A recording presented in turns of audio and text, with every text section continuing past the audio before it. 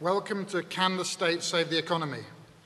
One of the things that I've noticed is that whether you're in Rome or in Amsterdam or in London, the question that comes up time and time again in these discussions is the question of what is the relationship between the state and the market. And one of the things that I find is there's a continuous demand to rebalance this relationship between the state and the market, which are almost invariably based on the premise that the current economic crisis is an outcome of the deregulation of the financial market, that somehow too much deregulation is in some shape or form responsible for the credit crunch and what happened after that.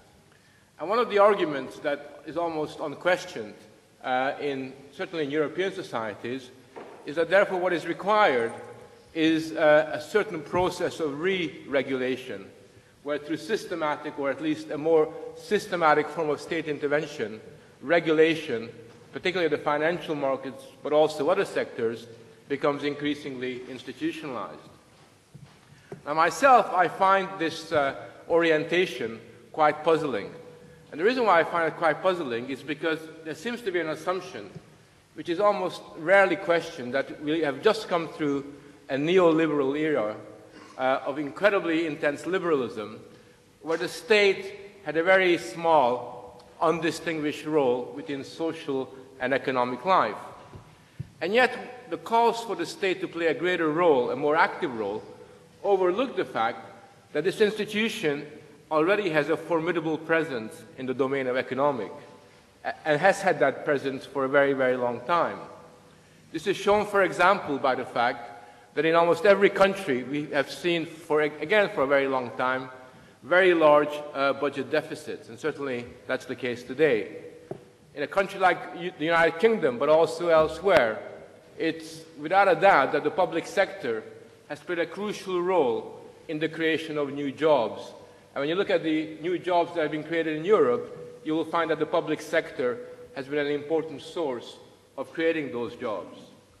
You find that, in fact, many of the financial policies that are inextricably linked to the world global recession are actually part and parcel of the policies that the state fairly systematically produced, from having low interest rate regimes to an orientation towards encouraging consumer spending and also towards encouraging the housing booms in different societies. The state hasn't just simply been a neutral observer. They've been fairly active in promoting this. So the question that we have to ask ourselves, what can the state do? What is the state? What is the role of the state today? And before we answer that question, we do need to understand that there's a fine balancing act that any democratic state has got to be involved in, that is an irresolvable tension that they're kind of confronted with, which is, on the one hand, they have to restructure economic life and establish the conditions for future growth. I mean, that's something that, at least rhetorically, most governments recognize. But at the same time as recreating these conditions, the state also has the pressure of political expediency, of trying to preserve standards of living, standards of employment in these current times, including savings and welfare. And it seems to me that there's a contradiction between these two imperatives, which during the current times most policymakers are very reluctant to spell out. And one of the things I find so frustrating about our government in the United Kingdom is how there's a real desire to evade spelling out that there are some very difficult decisions to be made in relation to that. Now, I know that some people try to overcome this contradiction between the imperative of future economic growth and maintaining living standards by promoting consumption, by arguing that somehow, by increasing demand through state expenditure, we could stimulate the economy, and eventually we could both have prosperity, or a degree of prosperity, and also economic growth. But I think that's a relatively naive way of looking at it. If you give more money to clapped out car industries, it's not going to do very much for the future growth of any society, nor will it do very much good for the workers who are still employed in there, because their living standards in the long run will be compromised. So what is the state that we need under these circumstances? Well, it seems to me that it's obvious that it's wrong to counterpose the state to the market, because in the 21st century, the state has an indispensable role to play in creating the conditions for global recovery. It will do that not by becoming an even greater regulator, being more obsessively involved in micromanagement, nor by being the uninhibited printer of money. It will do that by encouraging a strategic approach towards diversification away from reliance on consumer spending or financial services towards a restructuring of the economy. And it seems to me that a state that's going to be effective in creating the conditions for future growth will have to focus on at least 5 things.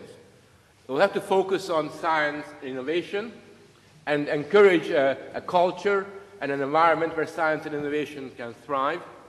It will have to have an industrial policy of some sort, not industry narrowly defined, but an orientation towards an industrial policy in order to restructure that particular sector. It will have to have something serious to say about infrastructure and doing something about making sure that there are conditions created where our infrastructure can improve and evolve. It will have to have a very clearly worked out energy policy, and that's obvious. I think most people understand why it is important that we have a more productive and a more reliable energy sector. And it will also, very importantly, should be playing a useful role in encouraging new startups. I think the emphasis has got to be not on saving the old, but in encouraging new startups and new innovative firms that can be more productive in the future. And that's, broadly speaking, the role that I would assign for the state. But there's a problem. And the problem is this. The state and the public sector is not the most efficient of institutions in current society. There are some very big problems with the state that are specific to our circumstances, and there are 5 of them that I want to draw to your attention. I think one thing we know about the current state, and this is particularly an Anglo-American phenomenon, but it is also more widespread, is that the state has become incredibly risk-averse, but more importantly, also responsibility-averse. It really evades responsibility in all kinds of ways, to the point at which it's quite happy at continually outsourcing its authority. The state has become this contracting out state, and quite often people say, that's brilliant, that's privatization. You know, we have new PFIs and various other things. This is really good. We're now relying on private initiative. But most of the time, what the state is really doing is refusing to take responsibility for the fact that it cannot provide world-class education to English children. And because it cannot really do that, doesn't know how to go about doing it, it kind of hands over the responsibility to other sectors. I mean, sometimes this takes on grotesque forms. It was really brought home to me, and nobody's more cynical than I am about the state, when I heard about those 2 soldiers getting shot in the barracks in Northern Ireland. And I thought that, look what's going on there. What I find quite interesting was that an army barrack was being protected by a private security firm. Right? I mean, just think about it, right? The state has historically taken responsibility for the defense of the nation. Now you've got these 2 private security guards. I don't know if you ever met any of these guys. I wouldn't want to be protected by them myself, certainly not an army barrack in Northern Ireland, who then decide, and this is what they say, they basically said afterwards, we knew what was happening. You know, we could see the guys coming with the guns, but we weren't really trained for it. We didn't have the health and safety, sort of training to deal with something like that. And that kind of contracting out, whether it's in prisons or elsewhere, is a bad thing. Not because I'm against other people running stuff, but because almost invariably it's the state recognizing that it cannot do something effective. It's not taking responsibility. And therefore I think whenever things are done like that, even when there's a good reason for it, we should be suspicious, as I was when the new Labour government decided to make the Bank of England independent. I got no problem with the Bank of England independent.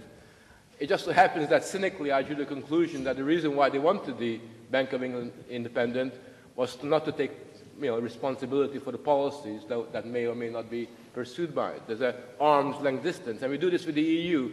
How many times have you heard governments say, it's not our fault, it wasn't our responsibility, it's an EU directive that kind of made us do that. So that's the first problem. The second problem with the state, and it's linked to its contracting out, the outsourcing of its authority, is it's become very short-termist and one-sidedly tactical. far too subject to political calculations, and therefore it finds it very difficult to make hard choices. I mean, I hear very few politicians saying in the 21st century that sooner or later the public sector will have to be cut quite massively, quite seriously. You know, who says that? Who spells out the consequences of these public expenditure cuts that have been sneaked into the last budget? That doesn't really happen. So the state doesn't spell these things out at the moment, finds it difficult to make hard choices. Thirdly, and something as a sociologist I'm most worried about, is the fact that the Anglo-American state, but also elsewhere in Europe, suffers from a decline of a public sector ethos. One of the consequences of what happened over the last 20 or 30 years is that the public sector ethos and the institutional spirit which guided certain sectors of state activity, one of at least professed neutrality and objectivity and disinterestedness and professionalism, has become eroded, through an army of consultants coming in and out on a short-term basis, through people no longer looking upon the civil service in the way that they might have done in a different kind of era. As a result of it, a distinct institutional consciousness and a loyalty to a distinct way of doing things does not really exist. And that's why you will find that if you ever go and talk to civil servants in any department, they're more interested in you because they're looking for jobs, or they're looking for making contacts, than in their own institution. It's very difficult or very rare that you will meet people working for the state, employed by the state, who are able to express that kind of l'esprit de corps which any state institution needs if it's to be effective. I mean, it is, to me, a very worrying phenomenon because it ultimately means that these institutions lack the institutional capacity to respond. Ironically, you need a fairly conservative state institution in order to be able to be experimentative. Unless you have a sturdy foundation on which you can build, it's very difficult to be future-oriented because you're continually kind of redoing the thing that's been done before. High levels of turnover, no institutional loyalty. It doesn't make for an effective state. Fourthly, the consequence of this is that I would argue that the state, as it's now constituted in many parts of Europe, lacks any organic or creative impulse to innovate. I don't think you can expect very much innovative thinking. Just got to look at our new Labour government or any of the institutions to kind of innovate. In fact, it's interesting because the government continually sets up these quasi-state organizations whose mission, and I always cry when I heard the word mission, whose mission it is to innovate, to blue sky thinking. You have an organization called Nesta. I don't know if you ever come across Nesta. And their idea is to nurture innovation. Well, the most innovative thing about Nesta are the color of the pamphlets. They got these kind of really freaky pamphlets that they kind of produce, which look very, extremely edgy. But that's about as innovative as you get in these kinds of circumstances. And fifthly, what we have, and this is quite endemic to the state, is that we have a very inefficient public sector. I mean, particularly in Britain, but it is a very inefficient public sector. It's a kind of a public sector that cannot teach children how to read or write in a systematic way. A national health service that is, in terms of the amount of money spent on it, is highly inefficient. I mean, all you got to do is even compare it to France and to numerous other kinds of societies, and which, is so inefficient that they cannot even manage and run a computer system. And they say it will take us 6 months.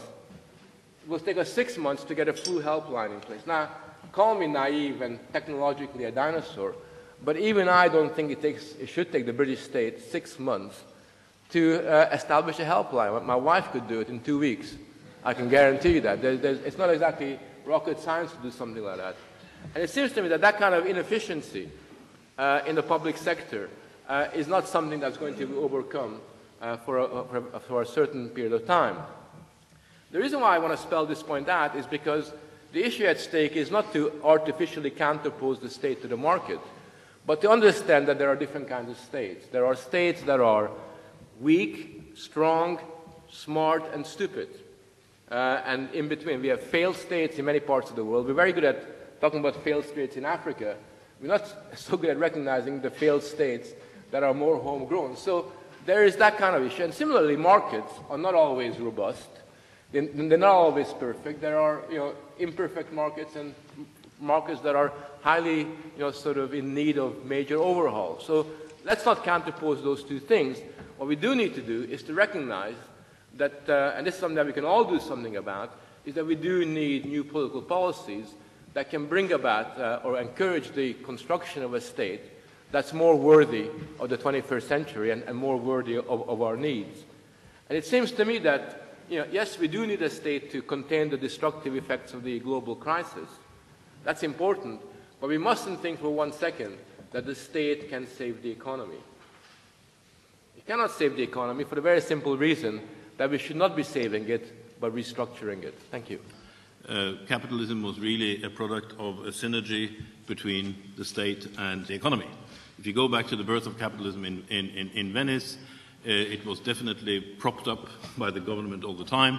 And when it got started, Venetian historians would tell us that it only took 20, 30 years before capitalism collapsed and had to be saved by the state.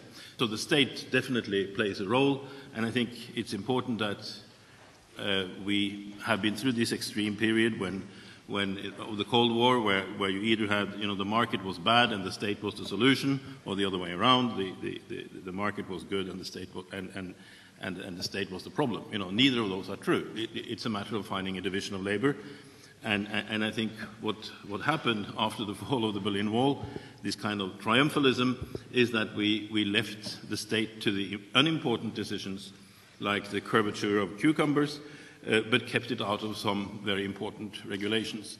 Also, I think we have to learn a lot from history. We all know about Keynes. We want to have Keynes back. But we do forget about Schumpeter. And the division of labor between Schumpeter and Keynes in the crisis in 1929 was that Schumpeter had the explanation. Why the crisis? And a very important element of this was a clustering of technological innovations which led to a run on the stock exchange and led to a bubble. If that bubble is not deflated in a controlled way, which we didn't manage to do in 1999, we get these continuous bubbles. So Schumpeter had the explanation for the crisis, and Keynes had the medicine. Schumpeter said that the government can't solve the crisis. It has to burn out alone. I always thought that was very cruel. A lot of people unemployed, children starving, you don't want to do anything about it. But now we start to understand why. And in order to understand this, you have to understand that what we call the economy really consists of two different things. On the one hand, it's the real sector producing goods and services of all kinds. And then you have what Schumpeter called the accounting units. And these can come out of joint with each other. And this has happened continuously. And it happens when compound interests, the force of compound interest is such that money grows much faster than the real economy. Right? And these economists, continental economists, have been very aware of this. And of course, that was one of the reasons why you had a gold standard, that you couldn't create as much money as you wanted. So the gold standard was there hindering the solution that you couldn't print money in the 1930s, but now that we have got rid of the gold standard, we have the problem that perhaps the government is intervening too much and saving the financial sector, but not saving the real economy. So I agree with the first speaker that what we have to do is to save the real economy. And if wages and livelihood is being threatened in the periphery, saving housing prices in London or saving the stock exchange is not going to do the trick. So therefore, it's the cruel world of Schumpeter, you should let it burn out. The financial sector has to go on such a big rock that it understands that the game is over. And this is the dilemma I think we're facing. Okay.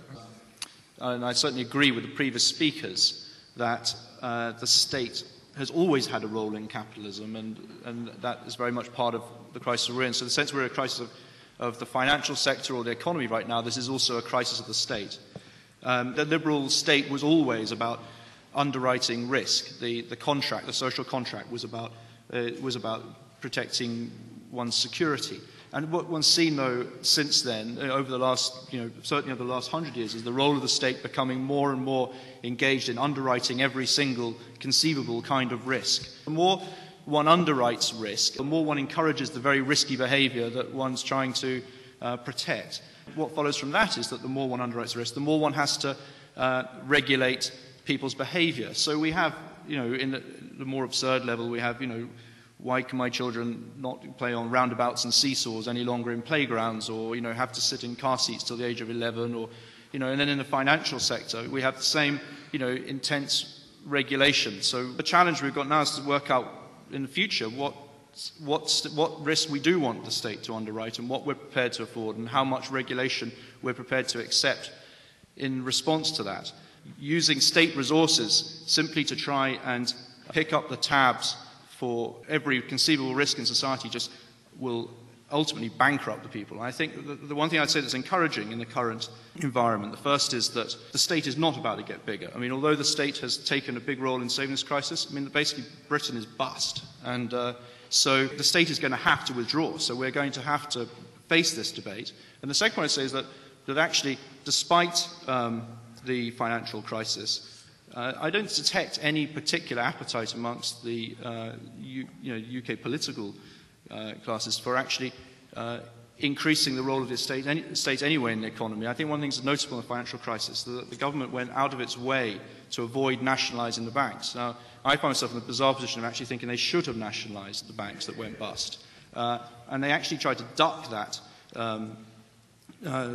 difficult decision in order to try and because they didn't, and the main reason they gave is that the government didn't trust itself to actually run a bank.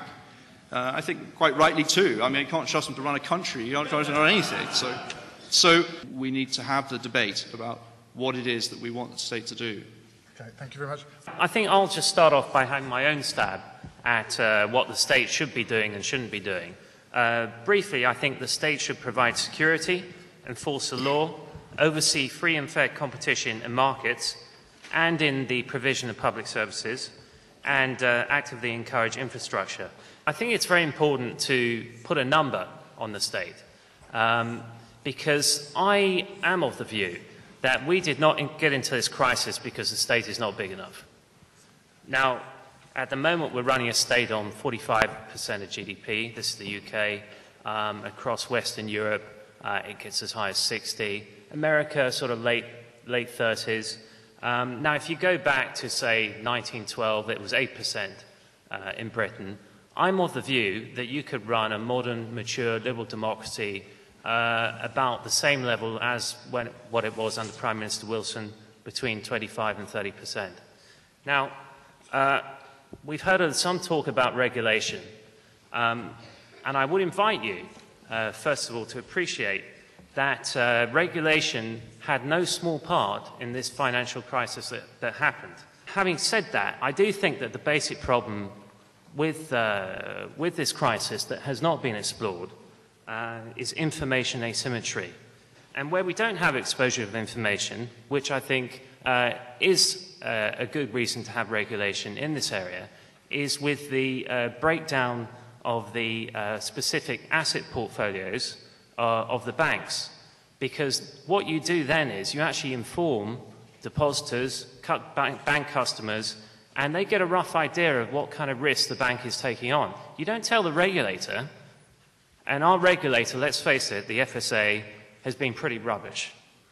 So finally, I'd like to leave you with these parting thoughts. I think there's a lot of people getting poorer, and particularly pensioners, and you may say we don't want to help the stock market, but actually I think we do at some point, because we do need the capital markets to recover.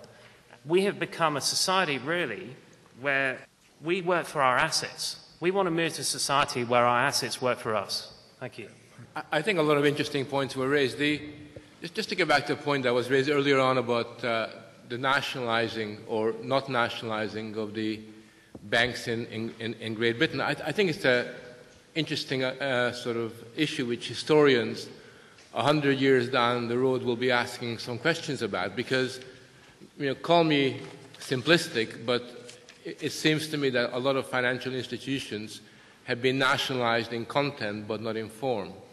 And I think that's really where the problem lies, and relates to the point I'm making, where in effect what you're doing is you're nationalizing. And even in the United States, which is so much ideological against nationalizing, nationalizes these institutions but doesn't call them that. Now, to me, that's not just simply a question of momentary dishonesty and also foolish policy, because I would have far rather that these banks were just let, sort of allow their natural, sort of dynamic, sort of overtake them. But okay, you nationalize them, but you don't call it nationalization. To me, this really smacks of this point I was trying to explain about the outsourcing of authority and not taking responsibility for your actions. And I think that at the moment, one of the things that we have to recognize is that the institutions in large parts of the Western world have got this incorrigible, sort of desire to avoid responsibility at all costs. I mean, that's really what, that's really how they work.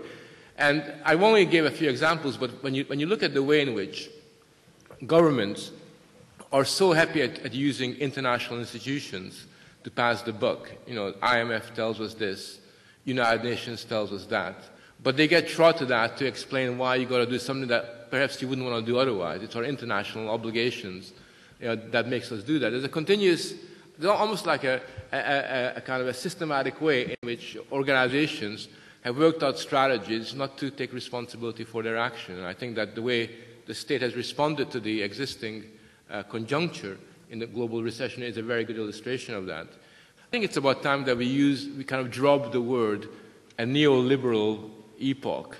I mean, unless the word liberal has acquired new connotations, and it's actually a synonym for state socialism of some sort, I don't know what this neoliberal period was, other than essentially ideological.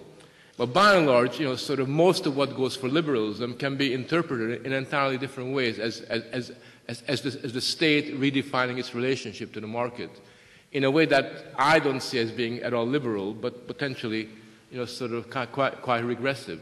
What have come across as the most dynamic parts of Western economies, say, taken in Britain's case, the pharmaceuticals industry. Even that, if you look at it, it's dynamic. It's very much dictated by its relationship to the state, through state spending, through NHS spending and so on, as well as through regulation of drugs and so on. So this interspersing of the state and the economy is clearly the most characteristic form of modern capitalism. On the other hand, you have this, on every time, a reluctance to act.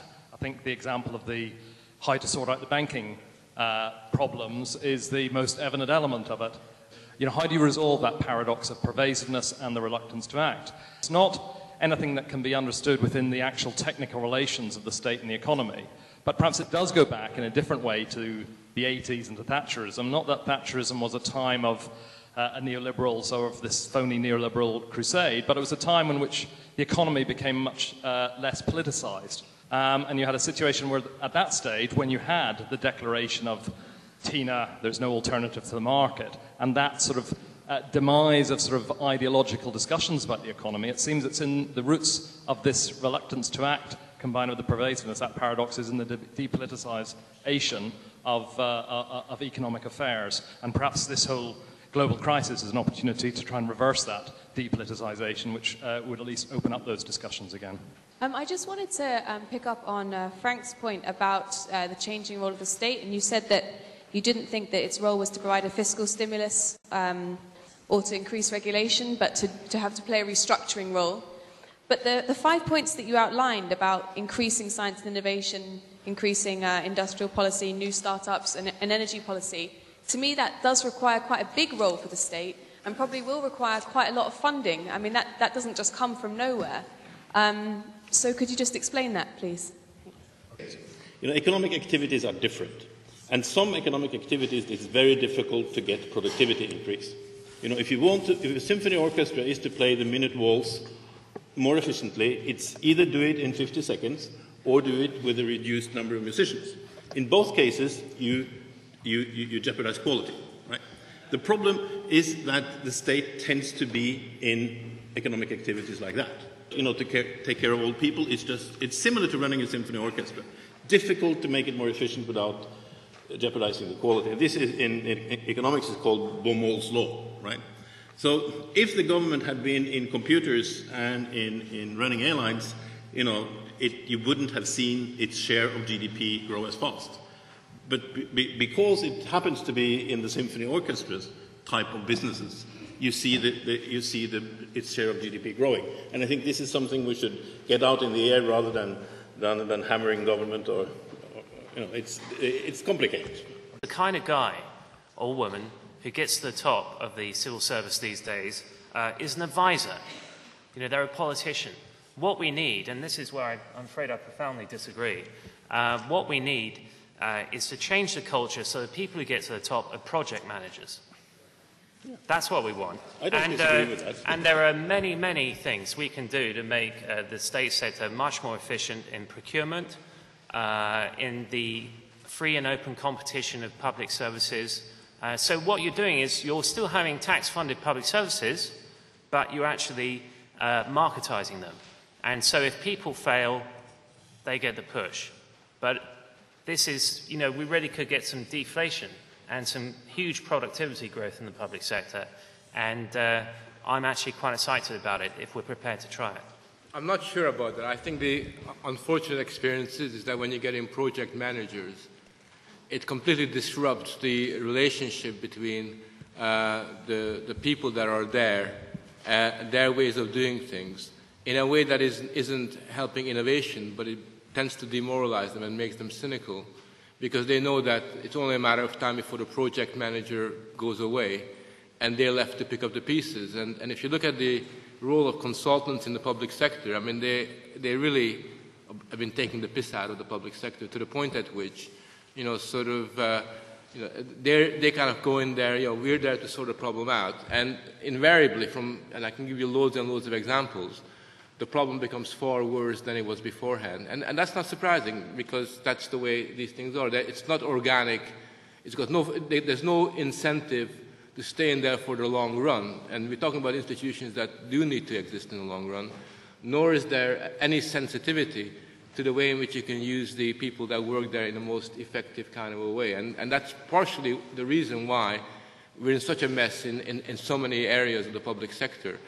I'm not against, because I'm fundamentally a liberal. I'm all for using the market for all kinds of different things. But when you marry the public sector and the market, you get the worst of both worlds. And that's generally been the experience, that when you try to fuse the two, you neither get the efficiencies of the market, the incentive of the people who are running things through, nor the fact that in the public sector there are people who genuinely care about health, education, or whatever. But when they see somebody else coming in from nowhere, that kind of aspiration to kind of build a better education system becomes compromised. And that's the one reason why the British public sector looks so poor compared to a lot of public sectors in many other European countries. I mean, if you ever break an ankle, as I did skiing in France, who doesn't want to be in a French hospital compared to a British NHS hospital? Or if you've got children as I do, which school would you rather set, a comprehensive in London, or a school maybe in Stockholm or someplace like that? So I do think that we need to keep these things in perspective. I just want to say one thing about just getting back to this whole kind of nationalization business, because I am surprised that nationalizing the banking sectors. I am really surprised by the way in which people have refused to countenance the possibility of just letting the banks pay the consequences of their action. I really don't understand why people have shied away from that. The recession is not a magical phenomenon that we have no control over. I mean, our response to it does determine what's going to happen. And the short-term attempt to avoid confronting the problem actually makes the problem worse in the long run. I mean, every example of history demonstrates to us that being indecisive, trying to have the best of both worlds, will create lower living standards for people in all sections of society in the long run, will simply create a cumulative process of inefficiency. Whereas if you take more immediate, potentially more painful action in the short run, that's like a more dramatic action, that's going to have the right kind of consequences. And this is the one thing I cannot grasp as to why there is such silence on this issue and such reluctance and cowardice on the part of our political classes in Europe at the moment? Generally, what we can see here, I think, is because of a collapse of political vision and coherence and ideology, there has been a collapse, I think he's right about this, in the public service ethos. And instead what we see is that every department is out for itself, and, you know, their obsession with themselves is so great that I learned that the Arts Council recently commissioned no fewer than 200 design firms to rebrand local organisations of the Arts Council. This inefficiency in the state, which is peculiarly British, seems to me to follow from the lack of a clear vision for society. And therefore you do get an every man for himself atmosphere in the state as a kind of pale imitation of what happens on the stock market. I think the thing with regulation is there's just no point in having more regulation if you don't change people's behaviours. And I think that those sort of softer skills, things that don't cost that much money but are probably very difficult to do, and I'm interested to hear what you think about that. It's always very interesting when you know people who are quite intelligent and kind of sorted, and then they join a state institution. And there's a kind of process of lobotomization that takes place when that happens. And they start talking in a language that doesn't make any sense, and they start actually not be able to make simple decisions about simple problems. And I think this comes from the essential predicament they're in, which is to be in a position of public authority without having any kind of source of public pressure or public accountability or public connection. So as a result, you invent your kind of own fake language and your own way of dealing things, which has no connection with things on the ground. I thought the only interesting policy that there's been in response to the crisis was actually Hugo Chavez of Venezuela, who set up a system of state restaurants. He said, he went on state TV and said, you want candles? I give you candles. You want wine? You want, Peruvian, Venezuelan? I give you wine. And the point being that Hugo Chavez, he's not thinking like the state, he's thinking like a guy, and just with quite a lot of money in his pocket. I think in some ways we need a kind of period of disruption and some slightly kind of wacky ideas before you can approach a sort of public consciousness. I'm not quite sure what's being discussed, because is it that what we're saying is we just need bold leadership, some strategy, people who know what they're doing and to be a bit more passionate and enthusiastic about investing? Or is it about a broader philosophical idea about the role of the state and the role of the market and a collective relationship to that? Because otherwise what we're really saying is, perhaps Dan's right, it should be just about project managers that can take a bit of a bold position and invest more. So I'm wondering, and this is particularly to Frank, who laid out the 5 points, you know, what that might mean. What I would take issue with, and this is on the NHS as well, as education, let's not confuse state-directed central government targets with consultants. You know, I think there are lots of things wrong with the NHS, and I agree with you, it's pretty terrible. And I think a lot of our teachers just aren't left free to get on and teach. You know, that's where I want to go. But on banks, I'm afraid this is just going to go on until we get full disclosure, either in bank losses or between banks, of their loan portfolios and how bad and how good they are. Until they know that, they won't start lending to each other, which means that they're going to charge high interest rates to the rest of us. I can totally see on public sector ethos that it is demotivating when you want to get on with your job, but what you've got is 50 different checkboxes. You've got, if you're a school, you've got maybe up to 90 different quangos to deal with and a local education authority. So, no, I think there's lots of scope to reform. You know, it's normal that business maximize profits, and it's normal that public sector maximizes the size of their budgets. You know, this has been known for 100 years. But you don't solve the problem, in my view, in the public sector by new public management, which is kind of the ugly twin of neoclassical economics. You know, you solve it by going back to, as you said, not too many checkpoints. You solve it by going back to the barbarian bureaucrat, the bureaucrat who really knows his profession and who is able to make decisions without getting hundreds and hundreds of numbers. You know, you have to go back to a more understanding and less quantitative understanding of the world. So we need to reform economics. We need some creative destruction. and we need less destructive creation. Destructive creation being subprime and all these new financial instruments. I certainly, public sector ethos, well, I certainly agree it's possible. I certainly agree it's a good thing. My family are all been in the public sector. I mean, my parents, my aunts, uncles, grandparents, so, I mean, and all of them were absolutely dedicated professionals. What I noted, though, was that the public sector ethos with all of them really was bound up in strong institutions rather than a sense of the public sector. And I think that we should be wary of allowing the state to come and underwrite all our risks, because the result of that will be just more regulation and lower growth and more intrusion in our lives, and I think that would be a thoroughly bad thing. I think there are three things that can be done that are quite important. I think the first thing is to separate the state and the markets, much more than the case is at the moment, and to get rid of all these sort of quasi-private, quasi-state institutions that have really flourished. If you want to see a negative model of what I'm talking about, is the EU. I think the EU symbolizes this in the most perfect way, where its main ethos is, if it moves, regulate.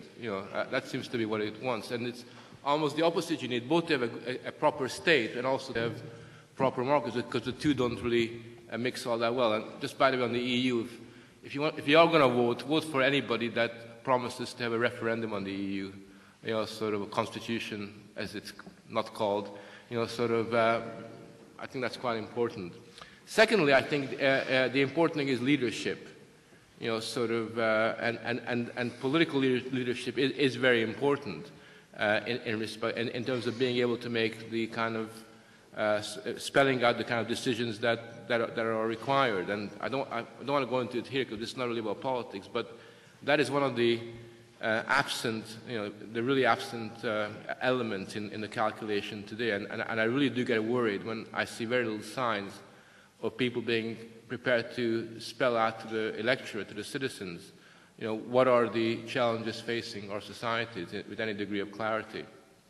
Thirdly, the state does have certain economic policies that it can be involved in. I think somebody raised a question about, industrial policy needs to be funded. And I think that's right. I have got no clarity exactly, what the right sort of GDP as state expenditure should be. I know it shouldn't be as high as it is now.